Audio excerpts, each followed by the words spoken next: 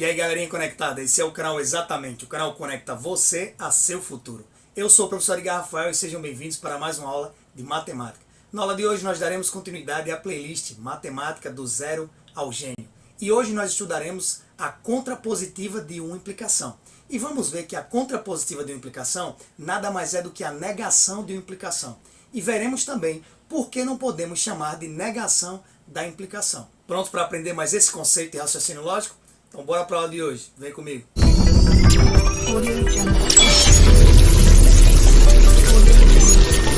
Na aula passada de raciocínio lógico, nós estudamos a negação. Aprendemos a negar uma proposição simples, uma proposição composta e também aprendemos a negar os quantificadores lógicos, todo e existe, e ainda aprendemos a negar o nenhum.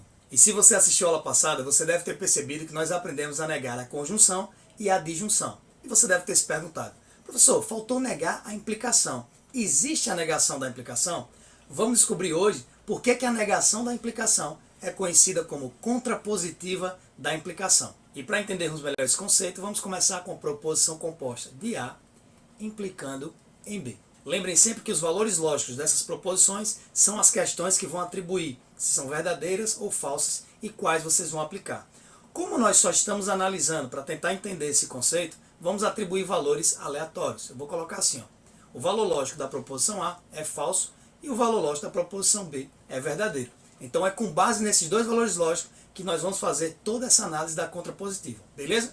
Primeiro passo aqui é analisar o valor lógico da implicação, A implicando em B. A pergunta-chave que resolve qualquer problema, tanto na implicação quanto na bimplicação, é: uma verdade pode dizer uma mentira?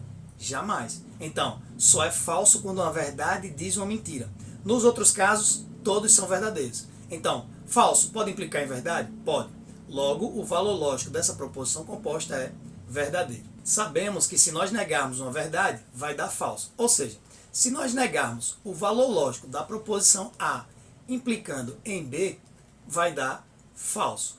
Beleza, mas percebam o que acontece quando nós fazemos a distributiva. Como assim, professor, a distributiva? Isto é, negar a primeira e depois negar a segunda proposição. Então vai ficar assim, ó: negar a proposição A, negação de A, depois negar a proposição de B. E você não pode esquecer também que quando você nega uma proposição composta, você também altera o conectivo. Lembre, quando tinha uma conjunção, ela virava uma disjunção.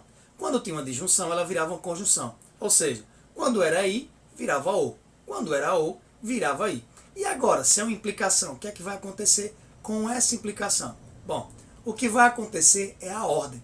Se A é condição suficiente para B e B é condição necessária para A, agora vai ficar ao contrário. E de forma bem simples, o que vai acontecer aí é só a direção da seta que vai mudar. Se está no sentido de A para B, agora vai ficar no sentido de B para A. E se o sentido agora é de B para A, eu vou reescrever aqui na ordem correta essa implicação. Vai ficar assim, ó: negação de B implicando em negação de A. Agora vamos analisar os valores lógicos dessa proposição, sempre com base nos valores lógicos iniciais. Da mesma forma, quando você vai resolver uma questão, você olha o que a questão lhe disse como verdadeiro e como falso, e com base no que a questão lhe disse, é que você vai julgar todos os outros valores lógicos. Então vamos lá. A é falso. Se A é falso, a negação de A vai ser verdadeiro. B é verdadeiro. Negar a verdade é tornar falso. Então a negação de B aqui vai ser falso. Agora vamos julgar o valor lógico dessa proposição composta. De novo, lembre da pergunta-chave para a implicação. Uma verdade pode dizer uma mentira?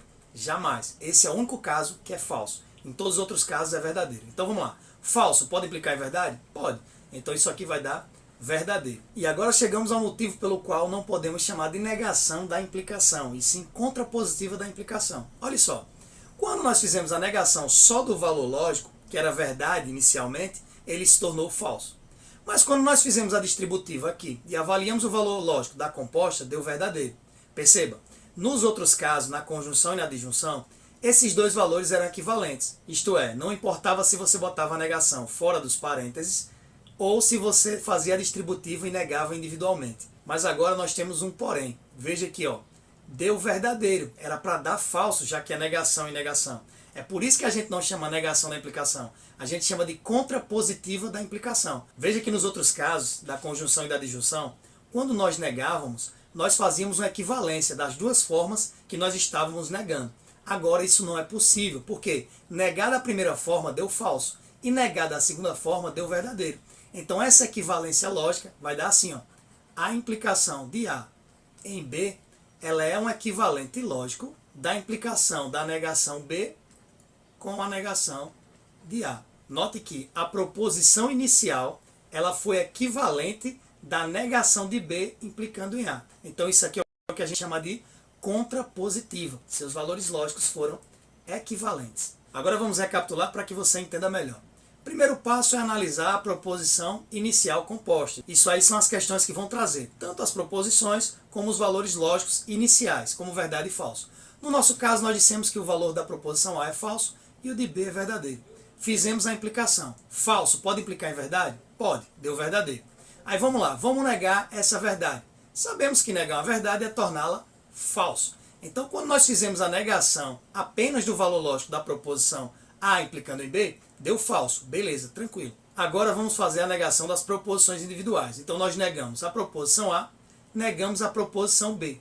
Mas lembre, toda vez que você nega uma proposição composta, seu conectivo muda. Quando era conjunção, virou disjunção. Quando era disjunção, virou conjunção. Isto é, quando era I, virou OU. Quando era OU, virou I.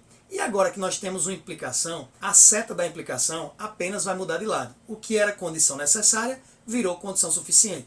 E o que era condição suficiente virou condição necessária. Então nós poderíamos fazer simplesmente assim, ó, inverter a ordem da seta. Mas como não é comum, em lógica, escrever a implicação da direita para a esquerda, aí eu tive que reescrever na ordem correta aqui. Ó. E ficamos assim agora, a negação de B implicando na negação de A. Vamos lá, qual o valor lógico da negação de B? Nós olhamos o valor de B. B era verdadeiro? Negou B, virou falso. A negação de A. Se A inicialmente era falso, então a negação de A é verdadeiro. Falso pode implicar em verdade? Pode, deu verdade. A questão é, peraí, se eu neguei o valor lógico geral, deu falso, e agora nós fizemos essa operação lógica e deu o valor verdadeiro, então quer dizer que esses dois caras não são equivalentes. Então quer dizer que a negação do valor lógico da implicação, que é isso aqui, ó, não é equivalente a fazer essa operação lógica, beleza? Então o que é que acontece? Percebemos que o valor lógico final deu verdade igual ao valor lógico inicial. Então nós dizemos que a implicação inicial ela é equivalente a essa operação lógica. E é por isso que nós não chamamos de negação da implicação, e sim contrapositiva da implicação. Mais um conceito de lógica assimilado e nossa aula de hoje fica por aqui. E nós fechamos com esta aula de hoje 10 aulas de raciocínio lógico, introdutório ao matemática. Eu sei que nem toda instituição cobra raciocínio lógico no seu vestibular, mas como o intuito desse curso é matemática do zero ao gênio, eu tinha que de algum jeito introduzir alguns conceitos matemáticos e algumas noções de lógica para que no futuro, quando eu for citar alguns quantificadores ou alguns modelos e até mesmo alguns raciocínios de condição necessária, condição do suficiente, você entender o que é implicação. Esses conceitos são de fundamental importância para que no futuro você venha assimilar conceitos mais complexos. Na nossa próxima aula nós começaremos a estudar potenciação e radiciação nos mínimos detalhes. Então se prepare. Mesmo que você já tenha um conhecimento avançado de matemática, prepare-se para ver coisas que parecem simples, mas que vão fazer toda a diferença na sua compreensão de matemática. Por hoje é só, pessoal. Fique com Deus e lembre-se, quando a gente se vê, a gente se encontra. Até a próxima.